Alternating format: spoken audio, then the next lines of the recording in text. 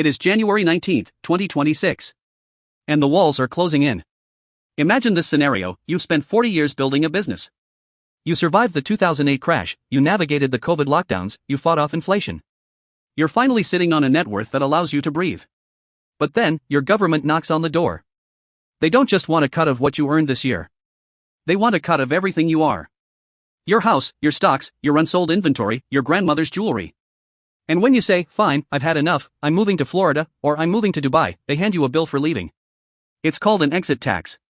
It is the fiscal equivalent of a Berlin Wall for your bank account. Welcome to the new economic reality of 2026. From the corridors of Whitehall in London to the state capitol in Sacramento, a panic is setting in. Western governments are drowning in debt, their credit cards are maxed out, and they have found a new target to bail them out: you. We are witnessing the most aggressive shift in tax policy since the Second World War. But here is the terrifying part that the mainstream media is glazing over: this isn't just a problem for billionaires. When the billionaires leave, and believe me, they are packing their bags right now, the tax burden doesn't disappear. It falls on the neck of the upper middle class. It falls on your 401k. It falls on your property value. Today, we are peeling back the layers of the global wealth war. We're going to look at the doom loop destroying European economies, the civil war brewing between American states, and most importantly, what this means for the S&P 500 and your personal portfolio. Buckle up.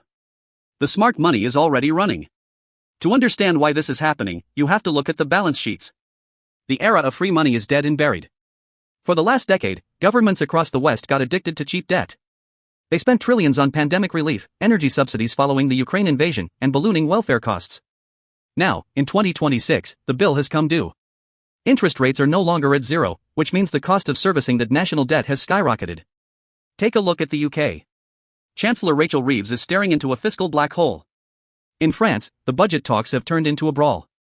In the United States, we have individual states teetering on the edge of insolvency. They have three options. 1. Cut spending, politically suicidal. No politician gets re-elected by slashing healthcare or defense. 2. Print money, we already tried that. It gave us the inflation crisis of the early 2020s. 3. Raise revenue, this is the path they've chosen. But here's the catch. You can't squeeze much more income tax out of the average worker without causing a riot. But consumption tax well is dry because the cost of living is already crushing the middle class. So, policymakers have turned their sights on the honeypot, net wealth. This is a fundamental shift in philosophy. Traditionally, we tax flow. Now, they want to tax stock.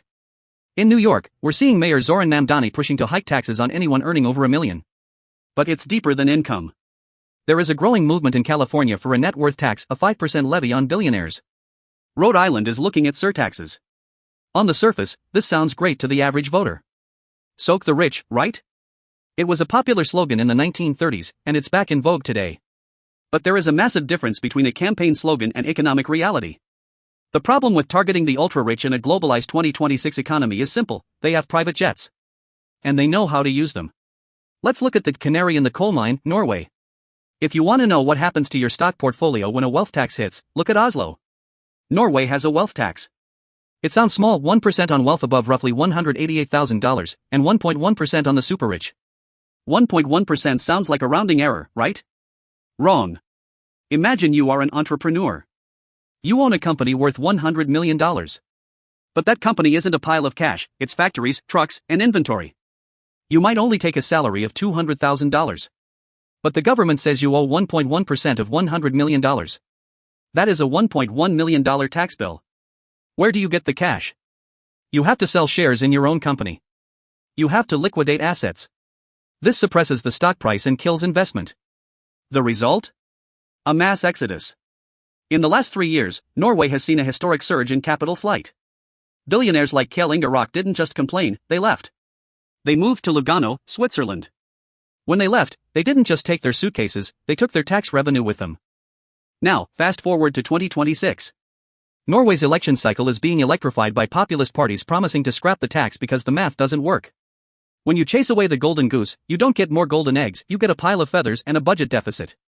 We are seeing the same chaos in Spain. Spain has a wealth tax that is technically national, but regional governments control it. This created a bizarre internal tax haven situation. For years, Madrid offered a 100% exemption to attract business, while other regions charged up to 3.5%. It created a localized brain drain within the same country. And yet, despite these failures, the political pressure is mounting. In France, lawmakers are demanding a reinstatement of wealth taxes, with business leaders like Nicolas Dufour calling it communist and Bernard Arnault calling it a pseudo-academic plot. Why does this matter to a guy in Chicago or Toronto? Because bad ideas are contagious. The EU Tax Observatory, led by economists like Gabriel Zucman, is now pushing for a global minimum billionaire tax of 2%. They know that if only one country does it, the rich leave. So, they want to form a global cartel of tax collectors to ensure there is nowhere left to hide. Now, let's bring this home to the United States. We aren't just seeing international migration, we are seeing an economic civil war between the states. The United States is effectively balkanizing into two distinct economic zones, the high-tax/high service block and the low-tax/business-friendly block. The data is undeniable. A recent report analyzed the migration patterns through late 2022 and found that New York City lost a net 30,000 residents specifically to Palm Beach and Miami-Dade. But these weren't college students backpacking, these were high-net-worth individuals taking $9.2 billion in annual income with them. Think about the impact of that number. That is $9.2 billion that is no longer being spent in New York delis, no longer buying Broadway tickets, and most importantly, no longer paying New York City income tax. Elon Musk moving Tesla and X to Texas was the headline, but the story is the hundreds of mid-sized companies like Chevron and Goldman Sachs shifting operations south.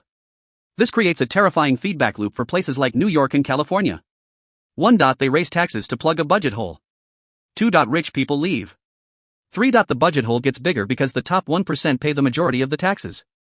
4. They have to raise taxes again, but this time on the upper middle class because the billionaires are already gone. This is why you are hearing about exit taxes in California. The state knows it cannot compete on merit, so it wants to compete on coercion.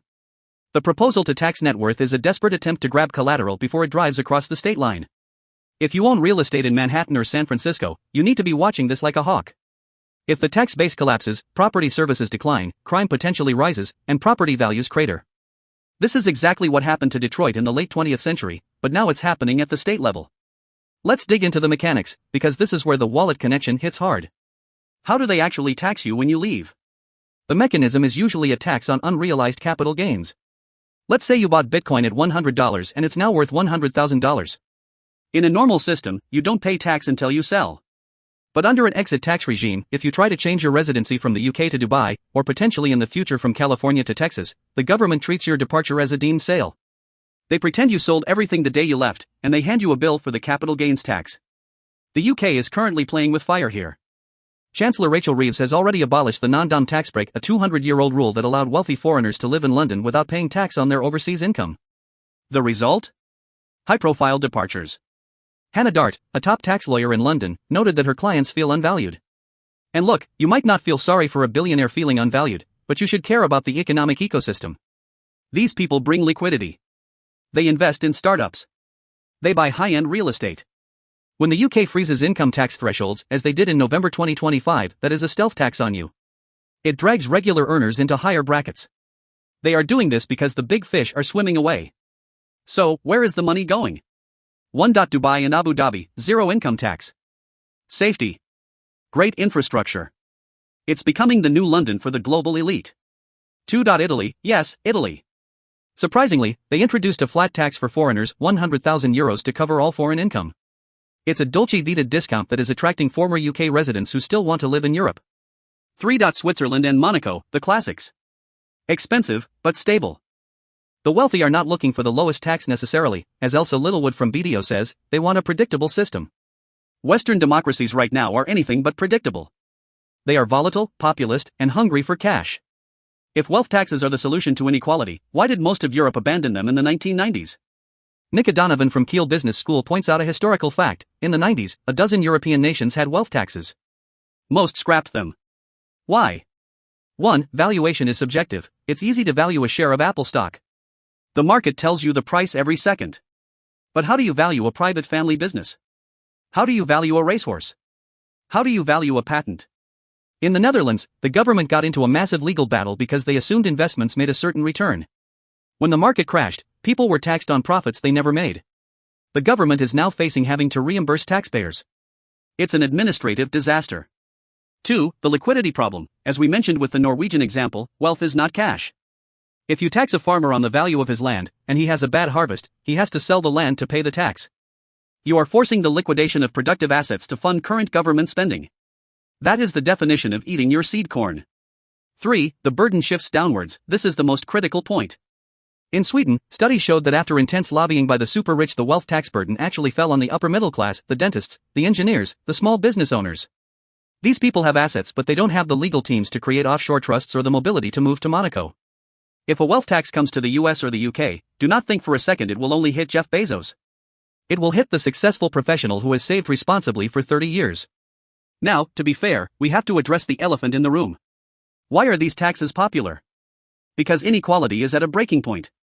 Advocates have a point. In the US, the top 10% of households own 2/3 of the wealth. In France, billionaires often pay a lower effective tax rate than their secretaries because they live off loans against their assets rather than taking a taxable salary. The social contract is fraying. When the cost of living crisis makes it impossible for a teacher to buy a home, while hedge funds are buying entire neighborhoods, political radicalism is inevitable. Nicolas Dufour calls wealth taxes communist, but the counter-argument is that without some form of redistribution, you end up with pitchforks. The EU Tax Observatory argues that a coordinated global tax is the only way to save capitalism from itself. But here is the tragedy: the proposed solutions don't actually fix the inequality. They just destroy capital. If you take 2% of Elon Musk's wealth, the government consumes it in a matter of hours. The US deficit is in the trillions. Confiscating the entire net worth of every US billionaire would run the federal government for less than 9 months. Then what? The problem isn't just revenue, it's spending. And until governments fix the spending problem, they will keep coming for more revenue, moving further and further down the income ladder until they reach you. So, where do we go from here? As we look out from 2026, I see 3 distinct scenarios playing out. Scenario 1, the global clampdown. The US and EU succeed in bullying tax havens. They implement a global minimum tax not just on corporations, but on individuals. They impose 40 to 50% exit taxes. Impact: this traps capital. Investment stagnates because the risk-reward ratio is broken. Innovation slows down. We enter a period of stagflation light. Scenario 2, the acceleration of competition. Nations like the UK and states like California double down on taxes. The rich accelerate their exit to Singapore, Dubai, Texas, and Florida. Impact: the blue model economies collapse. Public services in London and New York crumble due to lack of revenue. Meanwhile, red model economies boom but face infrastructure strain from mass migration. Scenario 3, the compromise governments realize wealth taxes are a dead end. They pivot back to consumption taxes or land value taxes. Impact: high inflation for goods and services, hurting the poor, but preserving the investment capital needed to grow the economy. My prediction: we are heading for scenario 2. The political will to cut spending doesn't exist. The ego of politicians prevents them from admitting wealth taxes don't work. We are going to see a massive reallocation of global wealth over the next 4 years. We are already seeing it. The non-dom exodus in the UK is real. The California quitters are real. So, what does this mean for your wallet? If you are watching this from a high-tax jurisdiction, watch the thresholds. Governments rarely introduce new taxes overnight, they lower the threshold of existing ones. That millionaire's tax will eventually become a 100,000-dares tax. Diversify jurisdiction. If all your assets are tied to one country's economy, you have single-point failure risk. Consider international diversification in your portfolio. Liquidity is king. In a wealth tax environment, illiquid assets are dangerous liabilities. You want assets that can be sold instantly to pay tax bills, or assets that are portable. The preemptive move: if you have been considering moving to a lower tax state or country, the window to do so without a massive exit tax bill may be closing. The days of assuming the government is a passive observer of your wealth are over. In 2026, the government is an active hunter. Emma Chamberlain, the tax expert, put it best: we've already got a host of capital taxes that don't work. I'm not sure why we'd introduce another one that doesn't. But logic rarely stops a desperate politician with a budget deficit. Wall Street is watching. The smart money is moving. The question is, are you? If you want to understand how to hedge against currency debasement in this new era, check out my video on the return of gold right here. And don't forget to subscribe, because the rules of the game have changed, and you can't afford to play by the old ones.